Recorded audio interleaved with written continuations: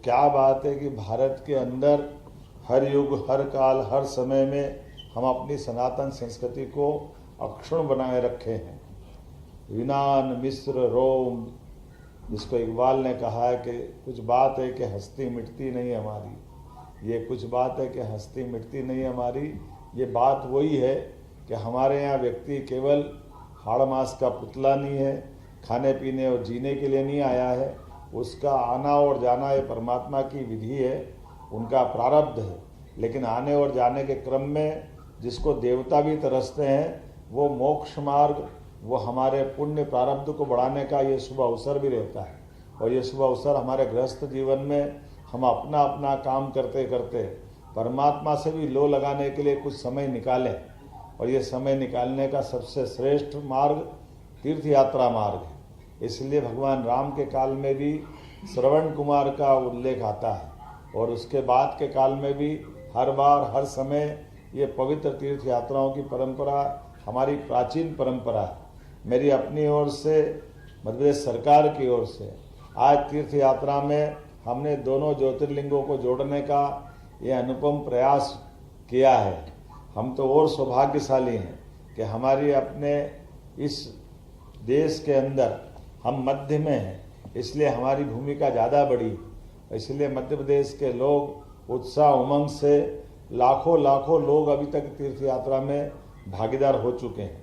मैं आप सबको ये भी बताना चाहूँगा, आने वाले समय में अब ये हम अपनी जिस प्रकार से तीर्थ यात्रा में वाहन अर्थात ट्रेन की व्यवस्था से जोड़ के जाते हैं, बीते समय में हवाई मार्ग से भी जाने के लिए आउट ऑफ स्टेट की अर्थात राज्य के बाहर के लिए रचना बनाई थी। लेकिन अब आपकी जानकारी के लिए बताना चाहूँगा, मध्य प्रदेश भी इतना बड़ा है कि हमारे अपने तीर्थों में भी हवाई मार्ग से हम जा सकेंगे। भविष्य में मध्य प्रदेश के अंदर भी समय की बचत की दृष्टि से भी और हवाई मार्ग का उपयोग करने की दृष्टि से इस व्यवस्था को हमने प्रारंभ किया है।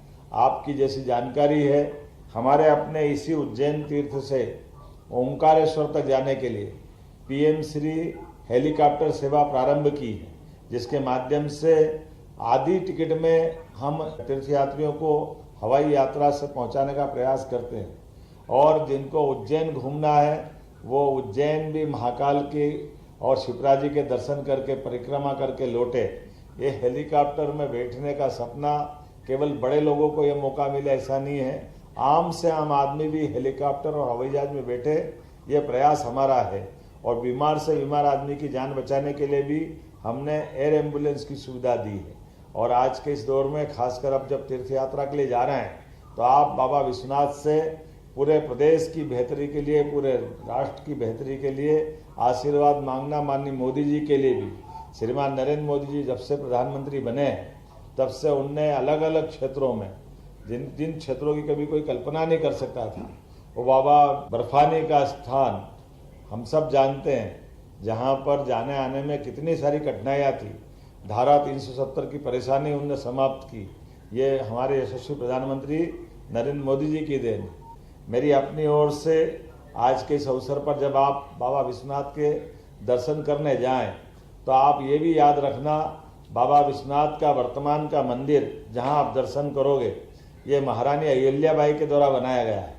आज से 250 साल पहले हमारी रानी अहिल्याबाई ने, जब विपरीत समय था, खराब समय था, हमारे मूल देवस्थान को नष्ट भ्रष्ट कर दिया। ऐसे में पूरे देश के देशवासियों की भावनाओं को ध्यान में रखते हुए उन्होंने न केवल बाबा विश्वनाथ का बल्कि पूरे देश में 12 ज्योतिर्लिंग, 4 धाम और कई स्थानों पर उनने हमारे धर्म कर्म की व्यवस्थाओं के लिए घाट, लंगर, भिक्षुगृह सभी निर्माण कराए। इसलिए आज की इस यात्रा में ये और आनंद आएगा। ये महारानी अहिल्याबाई का 300वां जन्मोत्सव भी चल रहा है। तो जब आप बाबा विश्वनाथ का दर्शन करेंगे तो वहीं पास में आपको रविदास जी का जन्म स्थान भी मिलेगा, कबीरदास जी का जन्म स्थान भी बनारस में माँ गंगा के किनारे। तो ये हमारी अलग अलग प्रकार के आज के इस दौर में जो जातियों की विभिन्नता है, उन जातियों से ऊपर उठ करके सभी महापुरुषों के माध्यम से हम अपनी सनातन संस्कृति को पुनः जीवित करें, प्रज्वलित करें। मेरी अपनी ओर से सभी 4 धाम में जाने के लिए विश्वनाथ की यात्रा आप सबके लिए मंगलदायी हो, फलदायी हो। मेरी अपनी ओर से बधाई। बहुत बहुत धन्यवाद। जय श्री महाकाल, जय बाबा विश्वनाथ।